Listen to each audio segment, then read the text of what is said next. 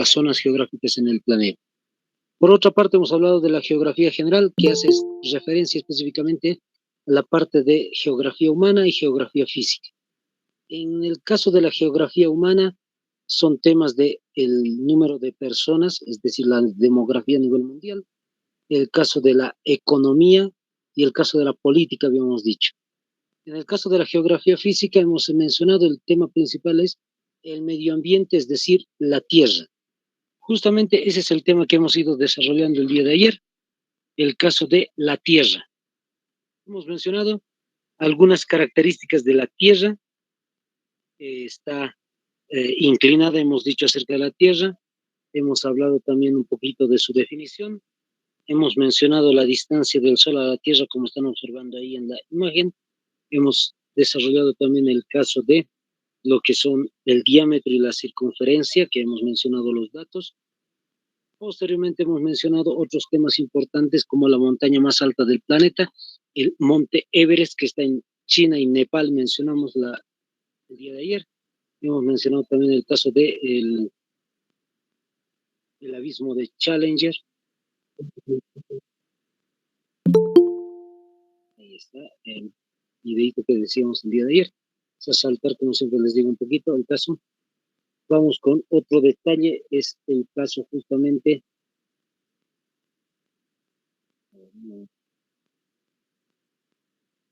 Perdón por la interrupción. Ahí es. Vamos a pasar de largo este punto. Hemos mencionado también el volcán Chimborazo, que es el punto más alejado del centro de la Tierra. Otro punto importante, hemos mencionado las capas de la Tierra, las hemos definido específicamente como atmósfera, hidrosfera, litosfera, manto y núcleo. Son las 5 únicas capas del planeta que se tiene, por si acaso. Ese detalle importante. Otro punto clave que hemos mencionado ha sido el caso de los movimientos de la Tierra. Uno de los movimientos de la Tierra va a ser, hemos dicho, la rotación. La hora terrestre va a ser 24 horas, la hora astronómica 23 horas 56 minutos y 4 segundos. Ahí está el dato. Otro detallito importante va a ser justamente el caso de las consecuencias de la rotación, el hecho de amanecer y anochecer, decíamos el día de ayer. Otra consecuencia va a ser el uso horario. Cada una de las regiones del planeta que tiene una hora distinta, diferenciada por cada uno de los colores que están observando ustedes ahí justamente. Otro detalle que hemos mencionado va a ser la estructuración del día en 24 horas. Y en este punto hemos quedado el día de ayer. Ahí está, les voy haciendo recuerdo un poquito de lo que sucede con este caso. No se olviden, van a ir tomando apuntes siempre. Les voy comentando. Un primer detalle importante es el caso de el movimiento de la traslación, es conocido como un desplazamiento alrededor del Sol. Un desplazamiento alrededor del Sol. Ese es el movimiento. En el caso de la órbita, habíamos dicho, significa la forma como es que desarrolla este movimiento llamado la traslación. El movimiento es la traslación, pero la forma es la órbita elíptica. Otro de los detalles interesantes es el caso del tiempo que dura la traslación. Como están observando, 365 días. Ahí al ladito pueden colocar signo de igualdad, un año entero. Todos saben que un año entero lleva 365 días. El otro detalle está en el caso de las 5 horas, 48 minutos, 46 segundos. Un año entero, dijimos, es 365 días. Por decir así, de forma, el tiempo terrestre, vamos a decir, simplemente se contabiliza con 365 días. Pero en horas astronómicas o en tiempo astronómico, si quieren ustedes, se desarrolla de esa manera. 5 horas más, 48 minutos y 46 segundos más, completando una vuelta entera a lo que va a ser el Sol. Ahí surgen muchos detalles importantes, como siempre les digo, el caso de 5 horas, 48 minutos y 46 segundos. Simplemente se redondea la cifra y se va acumulando las 5 horas, 48 minutos, 46 segundos cada 3 años, es decir, 3 años consecutivos, se va acumulando esta cifra de 5 horas, 48 minutos y 46 segundos. Se acumula y el cuarto año, no se olviden, aparece lo que es el año bisiesto. En el caso del año bisiesto, significa justamente que aparece un nuevo día. Hagan las cuentas ustedes, 5 horas, más 5 horas, más 5 horas. Y el último año, por decir así, 5 horas, 48 minutos, 46 segundos, en total nos va a dar la existencia de un nuevo día. Entonces, este nuevo día aparece en febrero, como todos saben, el 29 de febrero. El 29 de febrero solamente es la acumulación de un día cada 4 años.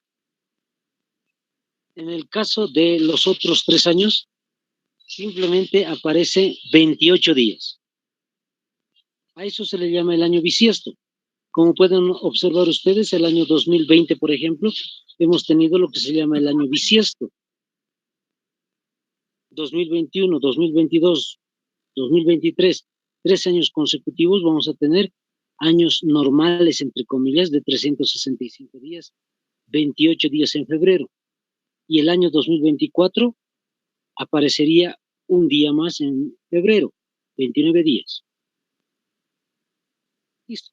Entonces, ese es el detallito acerca de lo que va a ser la traslación. Otro detalle importante que hay que tomar en cuenta va a ser el caso de la velocidad con la cual avanza la Tierra alrededor del Sol. ¿Cuál es la velocidad que tiene? Anótense. 107.000 kilómetros por hora. Les vuelvo a repetir. 107.000 kilómetros por hora. Entonces, ese es el modo como es que se va desarrollando el desplazamiento. Esa velocidad tremenda. Siempre les digo, vamos a pasar 1 horita de clases ahorita. Y lo que va a suceder es que va a avanzar el planeta 107.000 kilómetros en esa hora. Siempre les digo, no se nota, más bien, muchas veces les digo, gracias al Señor, no notamos la rotación ni la traslación. Son cosas muy curiosas, muy complicadas, es decir, tendría que notarse el movimiento que nosotros tenemos al interior de la Tierra, pero interesantemente no se nota nada. Entonces el planeta está dando vueltas sobre su propio eje y al mismo tiempo está dando un movimiento elíptico hacia el Sol. Las consecuencias de la traslación, anótense el primerito que están observando, la formación de las estaciones del año.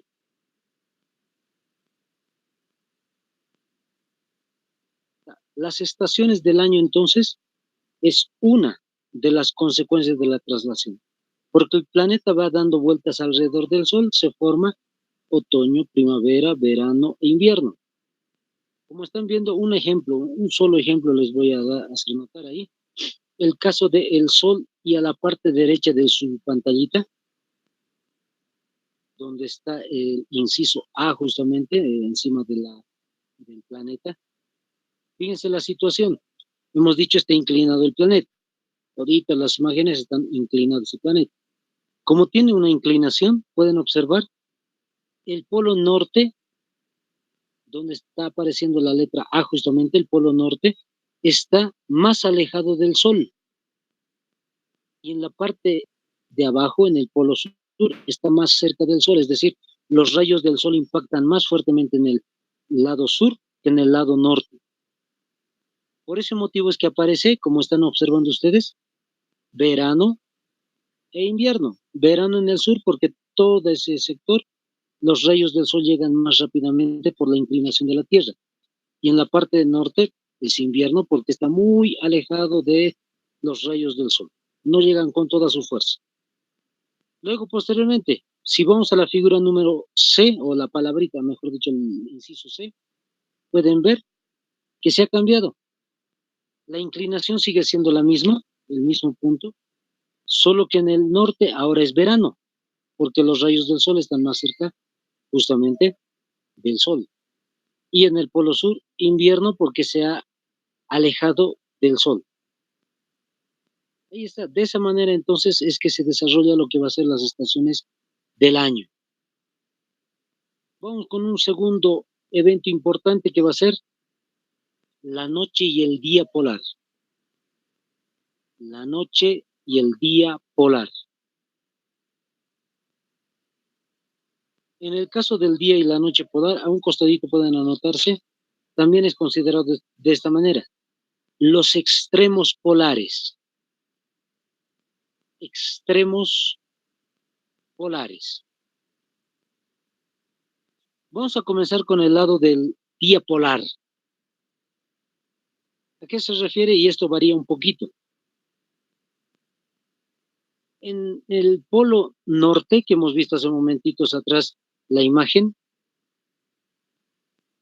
cuando está más cerca los rayos del sol del polo norte, el sol en el Ártico, en el polo norte, el sol, hay una parte en el año que no desaparece. Está completamente en la parte del Ártico. De 3 meses más o menos, les vuelvo a repetir, está constantemente el sol las 24 horas por 3 a 4 meses. Esto varía un poquito, de 3 a 4 meses, completamente iluminando el polo norte. Ahí está.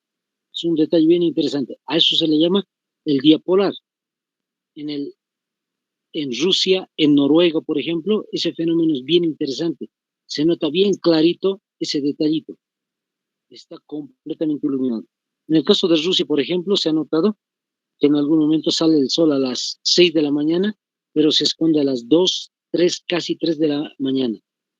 Entonces, todo el día, desde las 6 de la mañana hasta las 3 de la mañana, está completamente iluminado. Solamente hay un tiempo determinado en el cual hay oscuridad. Ahora, vamos al otro punto, que es la noche polar. La noche polar tiene que ver con lo mismo.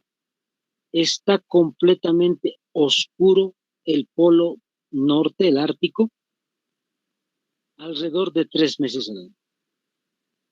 Entonces está completamente en oscuridad. Ahí es donde forma justamente esto que están observando ustedes, la aurora boreal. Esto aparece solamente, como les vuelvo a repetir, de vez en cuando. No aparece.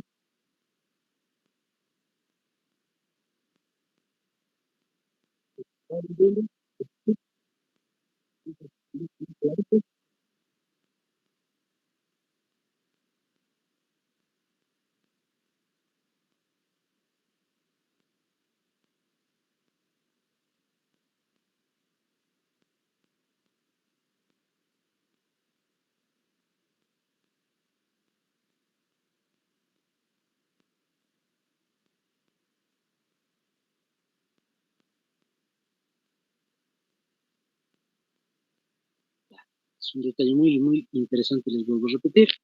El caso de la aurora boreal. Aparece, como les digo, solamente en condiciones en las cuales está terminando, está dejando de existir lo que va a ser la noche polar. Y los primeros rayos del sol son los que, con el choque de la temperatura fría en el Ártico, aparece simplemente lo que va a ser la aurora boreal. Listo. Esas son las dos consecuencias importantes de lo que va a ser la traslación. Vamos con el otro caso, que es las líneas imaginarias. Noten otro subtítulo, líneas imaginarias. Líneas imaginarias. Como están observando ustedes, hay muchas líneas imaginarias que tenemos en el planeta. Eso hace que se formen en realidad cuadrados, como están observando ustedes. Muchos deben tener en su casa tal vez el planiferio, deben tener el mapa del mundo, es el mapa mundi, y van a poder observar muchas líneas justamente ahí. Vamos a definir de dónde salen tantos cuadraditos, tantas líneas. El primer tipo de línea imaginaria se llama los meridianos, anótense. Los que están sacando capturita, anoten también, no se olviden, son líneas de tipo vertical. Ojo, esa aclaración que no se les olvide. Los meridianos son líneas de tipo vertical.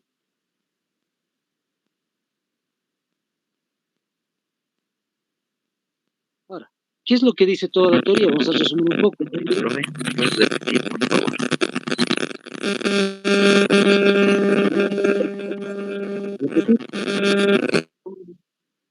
Son líneas imaginarias. Hay dos tipos de líneas imaginarias. La primera son meridianos. Todas estas líneas meridianas, como están observando entre paréntesis, dice son líneas verticales. Es decir, que vienen de arriba hasta abajo. Más clarito la teoría ahí está, dice, son líneas imaginarias con dirección norte-sur. Siempre van del norte, desde el polo norte hasta el polo sur. A eso se le llama los meridianos. Otro dato que es importante anotarlo está al final de toda la teoría. La línea central que parte todos los meridianos se llama el meridiano de Greenwich. Ahí está el nombrecito, no se olviden para nada. Es el meridiano 0 grados, como están observando ustedes. Meridiano 0 grados. Es decir, está en el centro justamente del planeta, se dice, eso es lo que los investigadores han dicho, y se llama se llama Greenwich por este único detallito. Hay una localidad que está ubicada en Inglaterra y tiene el nombre de Greenwich, la localidad, el pueblito si quieren, la ciudad. Entonces, por ese motivo es que se llama Greenwich, toda la línea. Ahora, las otras líneas que están viendo de color azul o en el lado azul y el lado amarillo, tantas líneas que hay, no tienen nombres específicos. Solo la línea del centro se llama meridiano de Greenwich y ninguna más de las líneas tiene un nombre. Como están viendo, de forma general se las menciona a las del color azul o celeste, meridianos este, y en color amarillo, meridianos oeste. Entonces, a no olvidarse para nada, compañeros, ese detallito. Solamente se lo conoce de esa manera a las demás líneas. Solo la del centro tiene nombre. Listo, vamos con el otro detalle importante, el caso de los hemisferios. Esto tiene que ver con el mismo tema. No vamos a anotar todo, solamente vamos a mencionar lo que es el meridiano de Greenwich. Fíjense, hay muchos datos, pero lo que me interesa es que se fijen la línea central, la que viene desde el norte hasta el sur, meridiano, dice por eso ahí, el meridiano de Greenwich, el meridiano. Esa línea del meridiano divide el planeta entonces en lo que está en la parte de arriba, hemisferio occidental y hemisferio oriental. Entonces no se olviden para nada. Incluso les pueden hacer una pregunta, les decía en algún momento a los compañeros, de este tipo. Dependiendo el meridiano de Greenwich, ¿dónde queda Canadá? Entonces los que ya saben la respuesta. Está en el hemisferio occidental. Ahí está Canadá, América del Norte.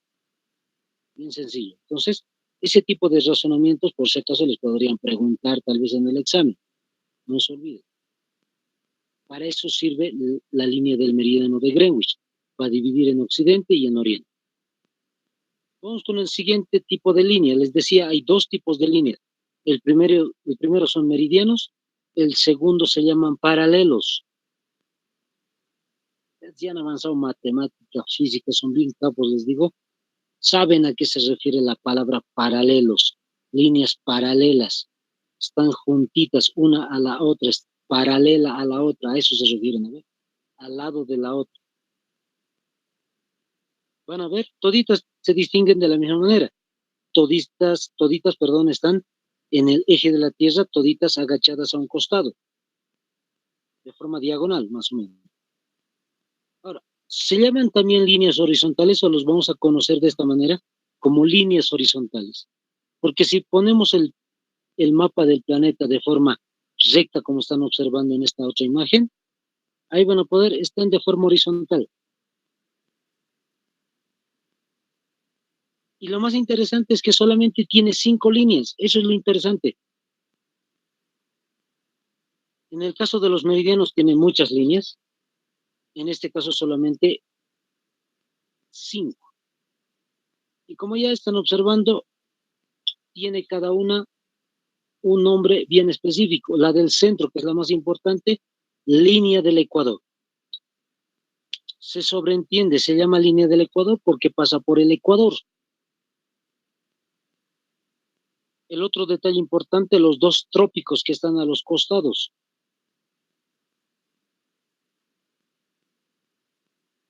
Trópico de Cáncer en la parte de arriba y trópico de Capricornio.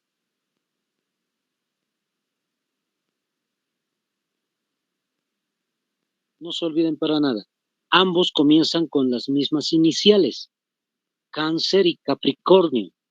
Ese detalle siempre muchas veces les menciono a los compañeros, no se van a hacer confundir por si acaso les puedan preguntar cuál es el trópico que está en la parte norte de la línea del Ecuador. Mira que el inciso que coloquen ustedes como verdaderos, trópico de Sagitario, de Escorpio o alguna cosa así.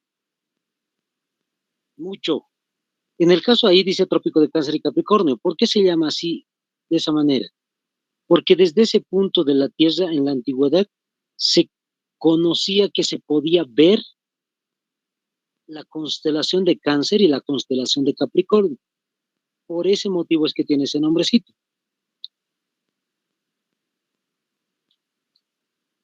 Listo, vamos con el otro detalle que están observando en la parte superior y en la parte inferior del planeta. Ambas líneas forman un círculo. Fíjense, un círculo alrededor del planeta en la parte de arriba y en la parte de abajo. Por eso es que tiene el nombrecito de círculo. ¿Pero por qué se llama polar? Porque en la parte norte se llama polo norte y en la parte sur, polo sur. De ahí tiene el nombre de círculo polar ártico, el de arriba, círculo polar antártico. La palabra antártico significa antiártico. Es como si dijera en contra del Ártico. Por eso tiene el nombrecito de Antártico ahí. Listo. Esas 5 líneas tienen que memorizarse, tienen que saber un poquito bien detallado: línea del Ecuador, 2 trópicos Cáncer Capricornio y 2 círculos Ártico y Antártico. Ahora sí, vamos con otro detalle. En el caso del hemisferio, nuevamente, el mismo mapa, hagan mención ahora, es decir, céntrense en lo que es la línea del Ecuador. La línea del Ecuador parte entonces el planeta en 2 también. Hemisferio norte, como está a un costadito, en la parte de arriba, pero al costado, norte, y hemisferio sur. No se van a hacer líos, ahí está en portugués por si acaso. Hemisferio sur, dice, ¿no? Es hemisferio sur. Entonces, para esto nos sirve también la línea del Ecuador, para partir el planeta en 2 partes. La pregunta podría ser, dependiendo la línea del Ecuador, ¿dónde queda México? Está bien sencillo. En América del Norte, ¿no? Es decir, en el hemisferio norte. Ahí está ubicado México. Entonces, para eso nos sirve también esta línea. Por eso es que van a poder ver o observar ustedes en su planiferio, qué sé yo, en su planeta, que tal vez muchos deben tener en su escritorio, de esta manera, dividido justamente, la línea central, están viendo Greenwich, la otra línea central de forma horizontal el Ecuador, y todas las líneas que están observando son justamente hemisferios y paralelos que se van chocando circunstancialmente en el grado 20, paralelo 20, meridiano 20, etc.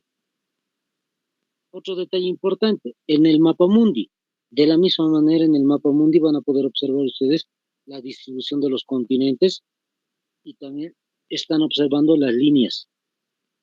Hay muchas líneas que están partiendo el planeta justamente, y esas líneas que van de norte a sur, ya hemos dicho, son meridianos. La línea del Ecuador, donde pasa el Ecuador justamente, y luego las otras líneas que están yendo hasta el norte y hasta el sur, trópicos y círculos. Listo. Vamos terminando el tema. Ahí está algo de lo que habíamos informado, un poquito en realidad todo lo que estamos viendo acerca de geografía está un poco entremezclado, lamentablemente, porque es así el tema. Hemos dicho la geografía general tiene que ver con el medio ambiente, atmósfera, hidrosfera, litosfera, etcétera. Todo eso tiene que ver con el estudio de la Tierra que hemos ido viendo. Pero la geografía general también tiene que ver, hemos dicho, con geografía humana. La demografía, como están observando ahí, están los nombres de los continentes, al ladito la superficie, cuánto es el terreno, la superficie justamente de cada uno de los continentes, y al ladito está el número de habitantes, más o menos. Eso es el estudio de la geografía humana, la demografía, el número de personas por continente. En Asia alrededor de 4.393 millones. En el caso de América, 1.041 millones. África, lo propio, 1.678 millones. La Antártida es un dato bien interesante, de 1.000 a 2.000 habitantes nada más. No está hablando, por si acaso, la Antártida, el caso de los bloques de hielo que están en el Polo Sur. Lo que se está hablando básicamente es las islas que son colindantes a los bloques de hielo. Es decir, están muy cerquita de lo que es la Antártida, esas islas, y están pobladas alrededor de 1.000 y 2.000 personas. Por eso es contado como un continente. En la lista de los nombres de los continentes no van a encontrar el Ártico, por ejemplo, que está en el Polo Norte. El Ártico no existe como continente. ¿Por qué? En realidad no hay personas viviendo en el Ártico. Por ese motivo es que no hay un número y peor, la superficie no se la coloca como si fuera un continente. Europa, ahí está 10, perdón, en el caso de habitantes, 743 millones de habitantes. Oceanía, que es más chiquitito todavía, 40 millones de habitantes. Ahí está. Entonces, no se olviden. En el caso de la superficie es lo propio. No se olviden, está enumerado incluso. Los 4 primeros comienzan con la letra A. No se olviden. Asia, América, Antártida, perdón, África y Antártida. En el caso del quinto, Europa y Oceanía. A esto me refiero, no se olviden, una especie de fórmula de matemáticas, no sé cómo decirlo, no se olviden de estas iniciales. Muchos ya tienen base en el lenguaje seguramente, están haciendo un poquito, repitiendo los contenidos que ya han visto en las materias. Entonces, los que ya tienen base en el lenguaje es bien facilito. Estas son letras, las vocales en realidad, que son llamadas vocales fuertes. La A, la E y la O. Y están en orden, fíjense. A, E, I, O, U. Entonces no se olviden de ese detallito. La A menciona 4 con la letra A. Justo hemos dicho Asia, América, África y Antártida son los 4 continentes con A. La E de Europa y la O de Oceanía. Pues guárdenselo como una especie de fórmula en la mente y es facilito de recordar los continentes. Si les preguntan cuántos continentes tenemos, ahí está fácil. La A simboliza 4, más E y la O, 6. 6 continentes. Lo propio en este caso van a ir tomando nota o sacándole capturita. En el caso de los océanos, solo tenemos 5 océanos. El más importante, el océano Pacífico, justamente por el tamaño que tiene, como pueden ver, 155 millones de kilómetros cuadrados. Y siempre les menciono esto. Imagínense, si imaginariamente colocáramos a todos los continentes, Asia, América, África, Europa, Oceanía, toditos, dentro de lo que es el Océano Pacífico, solo en el Océano Pacífico, incluso hasta sobra campo, para que vean cuán grande es el Océano Pacífico. Solo el Océano Pacífico. Y tenemos el Océano Atlántico, Índico, Glacial Antártico y Ártico. Es tremendo la cantidad de agua que tiene el planeta. Entonces ahí está el detallito, no se olviden. Y un detalle importante, el océano más chiquito es el Ártico, como están viendo, con 14 millones. Se pueden preguntar de forma variada, les digo, ¿cuál es el océano más grande del planeta? Es lo más fácil que les pueden preguntar, el océano Pacífico. Pero les pueden preguntar cuál es el océano más chiquito del planeta, el Ártico. No se van a confundir con el Antártico, el Ártico. Listo. Ahora sí, terminamos un poquito el detalle dando una aclaración. Dos aclaraciones en todo caso. Una primera tiene que ver con estos datos que estamos viendo acerca de la tierra seca me refiero. Solo se dice que tenemos una cuarta parte de tierra seca. Una cuarta parte. Y en el caso de los océanos, los mares, 3/4 partes océano. Más concreto, agua. Listo. Ahí está. Ese es un poquito el detalle, un primer detalle. Un segundo detalle tiene que ver con la superficie. Siempre les digo a los compañeros, no se van a memorizar cada una de esas superficies, porque en realidad mucho se juega con el redondeo. Porque si ustedes buscan en el Internet la superficie del Océano Pacífico, Atlántico, Índico, de página de Internet a página de Internet varía lamentablemente. Un detalle, porque nunca se ha medido el océano. Hay cálculos que se hacen, pero no son certeros. Entonces ahí está un poco el detalle. Tendríamos que redondear un poquito la idea, tal vez no de forma matemática, pero ahí está 155 millones de kilómetros cuadrados del Océano Pacífico, el Atlántico 76 millones, el Índico 68, 20 del Antártico y 14 del Ártico. Así de esa manera, lo mismo en el caso de los continentes. Listo. Así, de esta manera, compañeros, entonces terminamos este primer avance, por decir así, de lo que fue el caso de la geografía física, la Tierra. Ahora, lo que vamos a hacer a continuación es pasarnos a lo que va a ser la geografía regional. Ya les vuelvo a repetir un poco, perdón que les repita, el día de ayer les decía, constantemente les voy a ir repitiendo un poquito este detalle. Entonces, la geografía